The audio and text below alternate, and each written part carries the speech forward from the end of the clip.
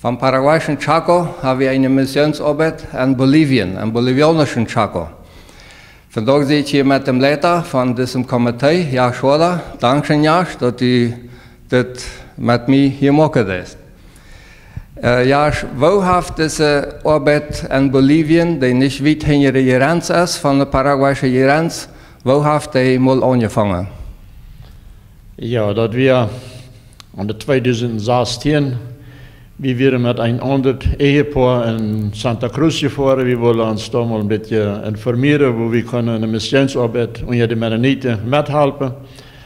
Und als wir dann auf Betrieb waren, dann wir so dicht an Villamontes, Bolivien gekommen, und auf dem einen Hügel, der Großvater Stadt, da wird das einmal so, als wenn da eine Stimme sagt, hier ist ein Missionsfeld. So, mit dem Gedanken, wo wir dann trainen Hus in Kartstedt geloten, dann waren wir eingeladen hier vom Gemeindekomitee-Leiter. Und dort trafen wir dann drei Personen von der Brüdergemeinde von Philadelphia. Und die deden dann von ein Städtchen Eier eine Missionsarbeit in Villamontes. Und da wird dann die Frau, welche wir in Villamontes taub wieder schaffen. Was wäre dann der erste Schritt, was man unternehmen sollte? Naja, man will einmal das Komitee von dieser Gemeinde. Wir waren uns dann einig, dass wir von einer Gemeinde wieder 2 Personen haben und so dann von allen Gemeinden auch. Und dann, das wären dann 8 Personen. Dann sahen wir uns taub und wir können dann so die ersten Pläne, die wir in Bolivien ausführen wollen. Damals wird das noch mal die Plan mit Radio, aber noch harter Zeit oder noch längere Zeit, wenn wir das sagen wollen, wird wir an das Radioarbeit in Bolivien nicht in dem Sinne möglich wie, als wir uns das gedacht hatten. So gingen wir dann wieder und wir versuchten dann, nahmen dann Missionare an, stellten da ein Ehepaar an, und noch harter Zeit nach der zweiten. Und so fängt dann die Missionsarbeit in Bolivien an. Ja, ich sehe da auch binnen, und die anderen Missionare, die wohnen in der Stadt Villamontes, und ober die Mennoniten Darpa, die sind von Villamontes, ich glaube, eine einzige 30 Kilometer, und der andere sieht vielleicht 90, 100. So, was wir dann so den abgehen? Ja, wir sagen dann, dass wir eine Beziehung abbauen mussten mit den Mennoniten, weil die sehr vorsichtig sind, mit wem sie über Glaubenssachen oder überhaupt über Glaubenssachen reden. Daher sagen wir, das ist ganz, ganz wichtig, dass wir einmal eine Beziehung mit denen abbauen, dort wir dann die Arbeit von den Missionaren. Also sie besuchten die Menschen tüß und versuchten mit denen dann was abzubauen, ein Vertrauen. Und ja, dort wird dann eigentlich so die erste Arbeit, was die Missionare deden in Bolivien. So wäre da all Gläubige oder Ausgeschlossene an der Gegend? Ja, dort ergab sich da, als dann die Pandemie in der ganzen Welt endlich wir. Dann können unsere Missionare endlich auch gar nicht schaffen. Aber als das dann nicht alle immer wir, dann fuhren sie frisch dahin. Und was sich da in der Zeit getan hat, dass wir schier unglaublich. Da waren Menschen, die hatten sich ernstlich gefragt, würden mit ihrem Leben, mit ihrer Zugehörigkeit zu Gott, und die hatten dann suchten dann Hilfe. Und dann waren unsere Missionare da sehr gefragt, und die haben dann durch dann ihre erste Bibelstunde und ihre Gottesdienste sozusagen angefangen. Man hat dann über das einen großen Plan gemacht, was man sich vorstellen wird, Church oder Schule und all diese Sachen. Hat man dann Land schäpen? Ja, noch lange beten dafür und Seetje, Hannenträge, wird es dann so, dass wir zu Jahr im Dezember dann uns können ein Stück Land schäpen. So ein anderer Bruder, der das sagt, dass noch ein Stück bezieht wird zu schäpen, der spendet dann noch einmal auch nach der Größe, also nochmal einmal 12 Hektar, wie kauft die ist 12, und der spendet uns dann noch einmal 12 für 12 Hektar Land. Und so haben wir dann da ein Stück Land gekauft, wo wir dann auch die ersten Pläne dann merken, was wir dann abbauen. Und wir haben dann ein Barengebiet, wir haben dann ein Tinladergebiet. Und so, das ist dann dort, was wir da nu haben. Ja, wir haben im Gemeinschaftstag, das ist dort sagen, haben wir da das Jahr dem 10. Dezember angewählt. Wo sieht es mit einer Gemeinde? Wird da bald eine Gemeinde entstehen, vielleicht 2024, das Jahr? Okay, als Komitee sagen wir mit einmal die Notwendigkeit, da auch eine Gemeinde zu gründen, da das endlich auch Zeit wird, wir sind eine längere Zeit, wo wir mit den Menschen da Gottesdienst haben, einen Bibelstand haben, und die werden ausgeschlossen. So haben wir uns geeinigt, auch die Vorbereitungen zu treffen für eine Gemeindegründung. Und wir sind nun dabei, dort aufzuschließen und haben Ferien sein, auch für 2024, Anfangs 2024, eine Gemeindegründung dort merken. Ja, das freut uns, dass das so weit gekommen ist. Und ich habe für ihn dann aber nach dem Film von dem Gemeinschaftsbüro mitgebracht, da kriege ich auch noch ein bisschen Erklärungen, wo wir dort, wo die entstanden ist und wo wir dem angewählt haben. Ich möchte Ihnen dem wiesen und wünsche Ihnen noch alle Gute. Und Dankeschön, ja, dass du das mitgeteilt hast.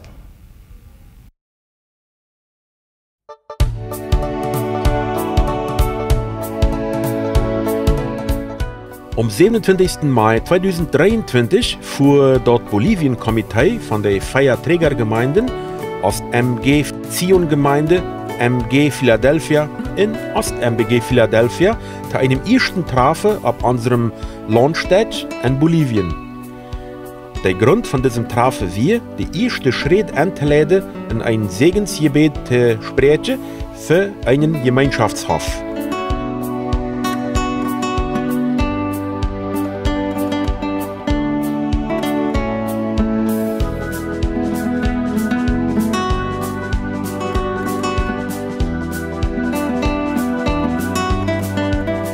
Dann am 3. Juli fuhr eine Gruppe freiwillige Männer in Frühes aus Paraguay, um die Sporen zu schweißen und die Ständer abzustahlen.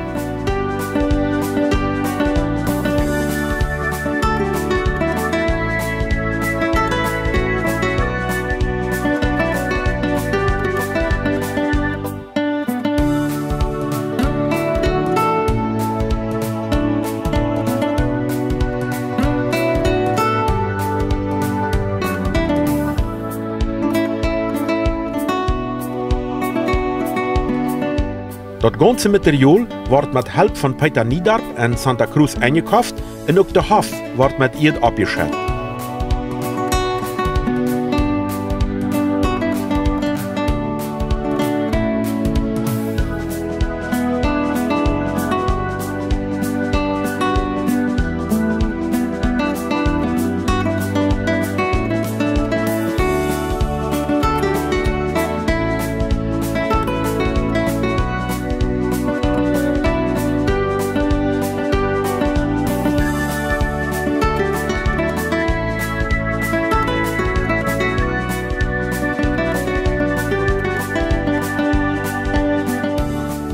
Man einigt sich, nicht zu lang mit dem Wiedermarken zu warten.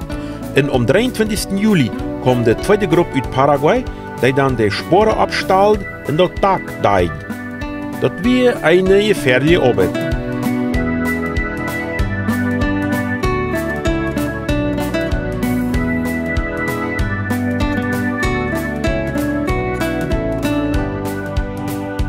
Als dann genug Schotten da wird, hat man all mit dem Gottesdienst an dem Tag angefangen.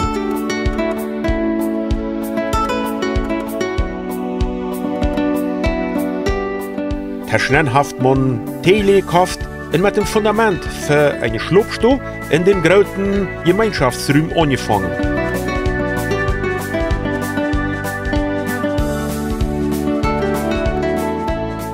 Diese Arbeit wird von Bolivianos unter der Leitung von Johann Wahl ausgeführt.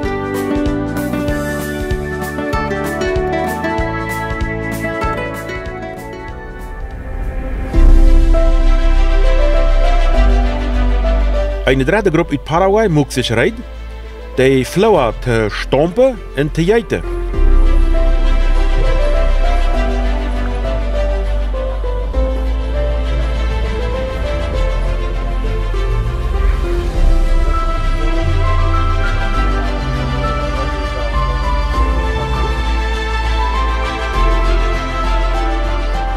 Die Teilnehmer am Gottesdienst haftet nicht gesteht, auch wann da eine Bühne steht wie.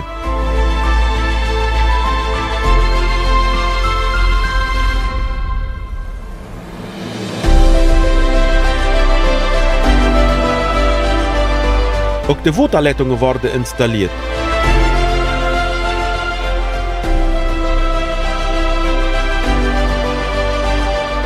Am 8. Oktober kommt noch einmal eine Gruppe aus Paraguay, um die Vorbereitungen zu machen für den Bein oder Cielo Raso. Dann wird eine Firma angenommen aus Paraguay, die dann diesen Plastikbein gemacht hat.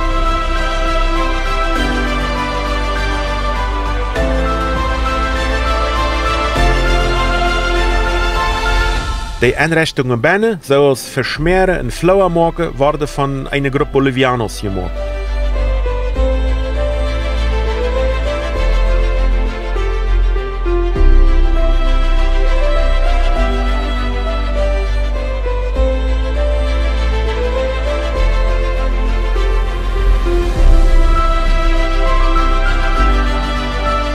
Am 12. November haben Sebastian Villa und Alvin Jenta mit einem Helper die Stromeinrichtungen gemacht.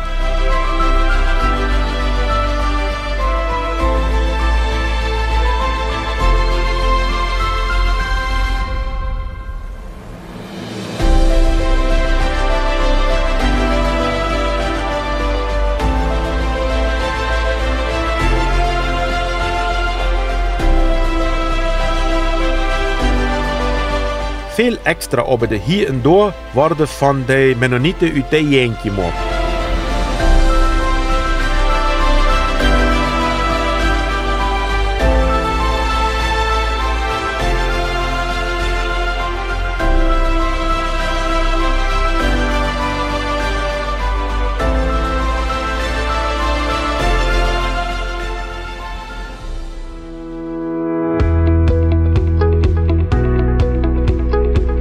Nach langem Warten, am 10. Dezember 2023 kommt der Tag, wo dit Gemeinschaftstag eingeweiht wordt.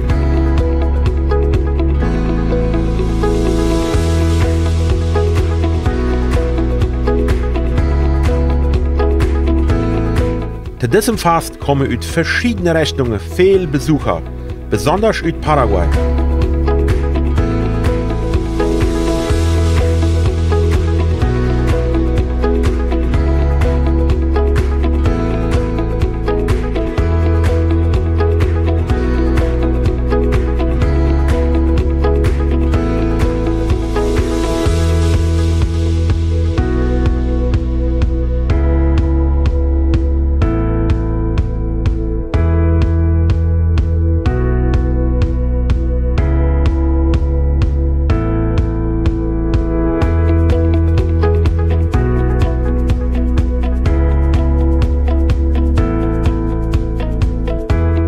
Wie het leven dat God diesen Ort segnen wird.